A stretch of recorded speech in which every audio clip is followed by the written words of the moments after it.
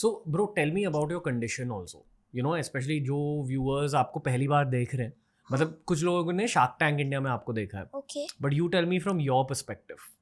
सो मतलब देखिए मैंने अपना इंट्रोडक्शन तो आपको ब्रीफ में दिया है। जहाँ तक कि विजुअल इम्पेयरमेंट का सवाल है, मैं 16 महीने का था। लाइक मेरा जन्म हुआ 15 जनवरी 2011 को, and I was born normal according to the standard of society, born with all 5 sense organs working. Yeah so मेरा लाइक सब कुछ ठीक चल रहा था। और जब मेरा फर्स्ट बर्थडे हुआ तो फर्स्ट बर्थडे बहुत अच्छे से सब हुआ। तो मेरे पेरेंट्स ने अचानक कुछ अनयूजुअल मेरे अंदर नोटिस करना शुरू किया, किस तरह मैं कहीं कहीं टकराने लगा और दूसरी चीज़ें।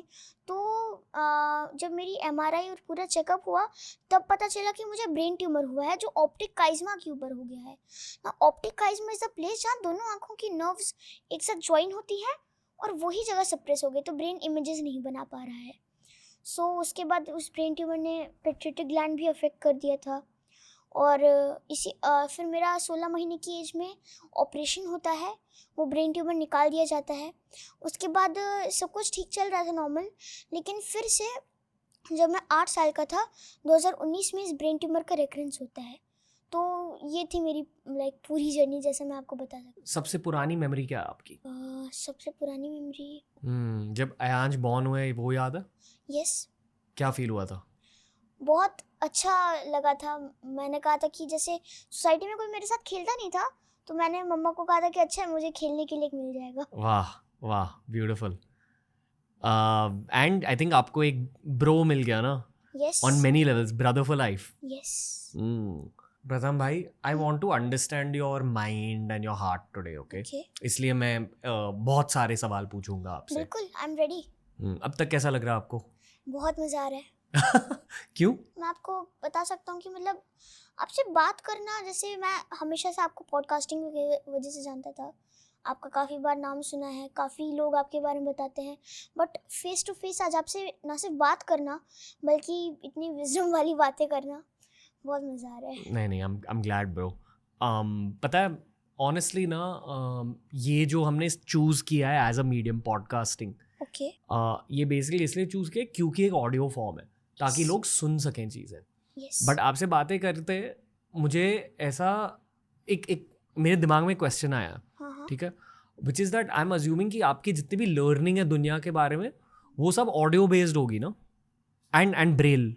यस, सो आप पूरी दुनिया को एक ऑडियो पर्सपेक्टिव से और ब्रेल पर्सपेक्टिव से जानते हो। Yes, what I am trying to ask is, जो जैसे 5 सेंसेस होते हैं, उसमें से if one sense is impaired, do you feel the other 4 senses ज़्यादा हो जाती है, हाइटेंड हो जाती है? हाँ, ऐसा तो होता है।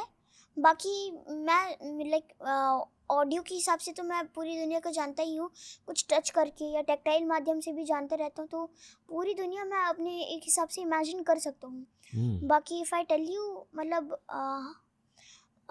मेरी 4 सेंसेस तो मतलब बहुत ज़्यादा है। If one sense is impaired, मैं 4 सेंसेस के काम मदद से सारे काम करता हूँ आजकल।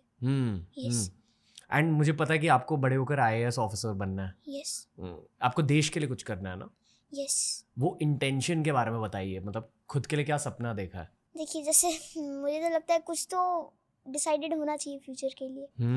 तो मैं जब 8 साल का था तब मेरे पेरेंट्स ने मुझे बताया IAS ऑफिसर के बारे में, और साथ ही साथ ये भी बताया मुझे कि मतलब कितना प्रेस्टीजियस सब। तो हमने डिसाइड कर लिया कि मुझे यही बनना है। साथ ही उसी के इर्द गिर्द अब तैयारी कर रहे हैं हम लोग। और IAS is not just an examination कि हाँ आपने एग्ज़ाम दे लिया, पास हो गए, बन गए। It's not like that. It's IAS एक अपने आप में IAS की लाइक पर्सनैलिटी होनी चाहिए, वो एटीट्यूड होना चाहिए जिससे कोई कह सके कि आप एक्चुअल में एक IAS ऑफिसर हो। वो चीज़ आपके अंदर, आपके पर्सनैलिटी में रिफ्लेक्ट भी करनी चाहिए। तो मैं तो जैसे IAS बन के स्पेशली एबल्ड लोगों के क्षेत्र में और दूसरी चीज़ों में, मेरा पूरे कंट्री में पूरा बहुत अच्छे से काम करना चाहता हूँ। मैं अभी भी काम कर रहा हूँ, लेकिन ये गवर्नमेंट के साथ जुड़ना as a official and working, that will be very nice. और मेरे पास वो पावर होगी जब मैं डिसीजंस बना पाऊँगा, और I can make this country even more beautiful. Bro, पता है आपके साथ ना एक चीज़ फील होती है मेरे को, ओके कि आप इस दुनिया में भेजे गए हो दुनिया को बदलने। I really feel that about you. चलिए कम से कम लाइक मुझे तो नहीं पता था ये पर्पस, पर आपने बता दिया तो अब मैं इसी पे काम करूँगा. आई मीन सोचो ना कि मैं भी इंस्पायर हो रहा हूँ आपके सामने, एंड इतने सारे लोग जो पॉडकास्ट अभी देख रहे हैं, सुन रहे हैं, सारे इंस्पायर्ड है आपसे. सर आप तो मैं तो आपके गेस्ट्स को सुनकर नहीं मतलब आई एम ग्लैड. वैसे मैं आप जैसा बता रहे थे कि नॉलेज मैं बता रहा था, सो नॉलेज का मोस्ट ऑफ द पार्ट आप ही के इससे आता है. अरे नहीं, आई एम ग्लैड ब्रो. एक एज अ एल्डर ब्रदर एक चीज़ बोलूँ आपको. हाँ. मैंने भी चीज़ें सीखी है ना शो से, तो बहुत सारे लोग मिलते हैं मुझे, ठीक है. एक आपको लाइफ लेसन बताता हूँ जो मेरे पापा ने मुझे सिखाया था, और फिर आपको एक करियर इनपुट दूंगा. Okay that will be very nice. You like it? Yeah that will be very nice. You like ऐसे मेंटरिंग एंड ऑल व्हाट? या तो ये जो आप कह रहे हो ना कि you like mentoring, this is the biggest skill of life. देखिए आप सब कुछ तो अपने दम पर हासिल नहीं कर सकते. कुछ चीज़ें हैं जो आपसे रह जाती है, तो that a mentor can fulfil it. काफ़ी सारी चीज़ें मेरे एक मेंटर हैं वो सिखाते हैं मुझे.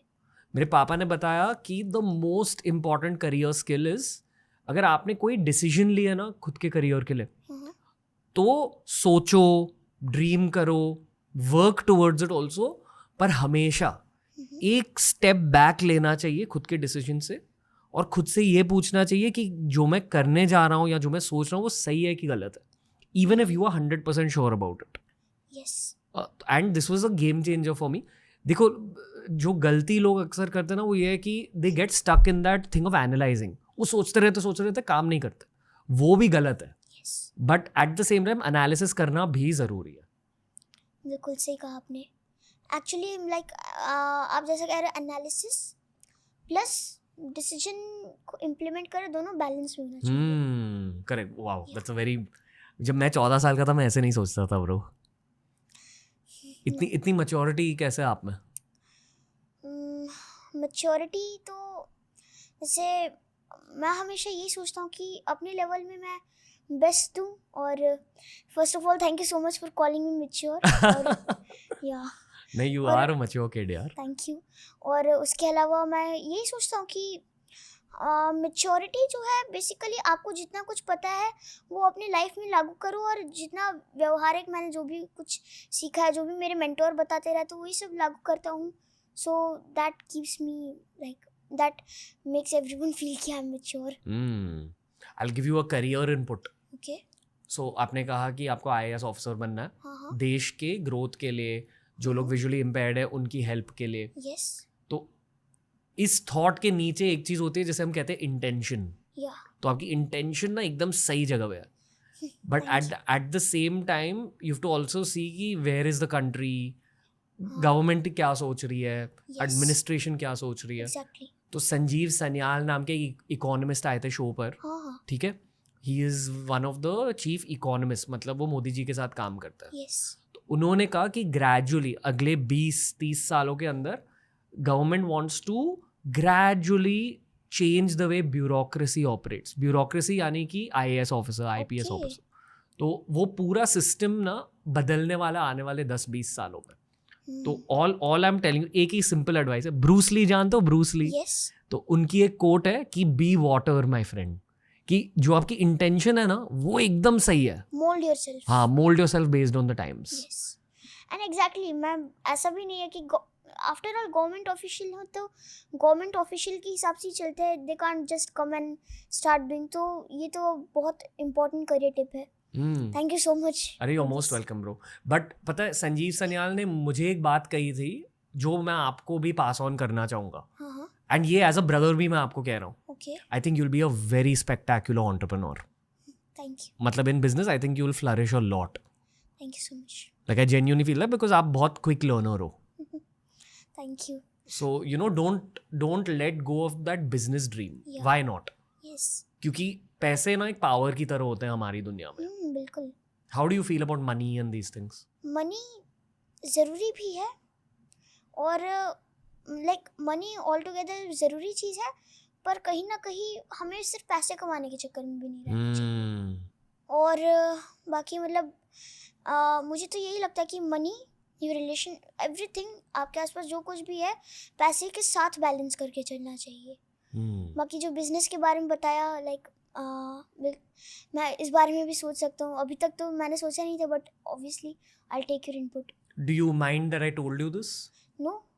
क्या पर्सपेक्टिव है आपका? मेरा पर्सपेक्टिव यही है कि जैसे मैं कुछ चीज़ें हैं जिनके बारे में मैं नहीं सोच पाता हूँ, ना कभी सोच पाता मे बी, पर वो आपने बताया आज मुझे। बिजनेस के जैसे मैं ब्रांड एम्बेसडर हूँ, मुझे इक्विटी डेट ये सारे टर्म्स समझ भी आते हैं। अरे वाह। But I never thought about it. आपने बताया आज मुझे।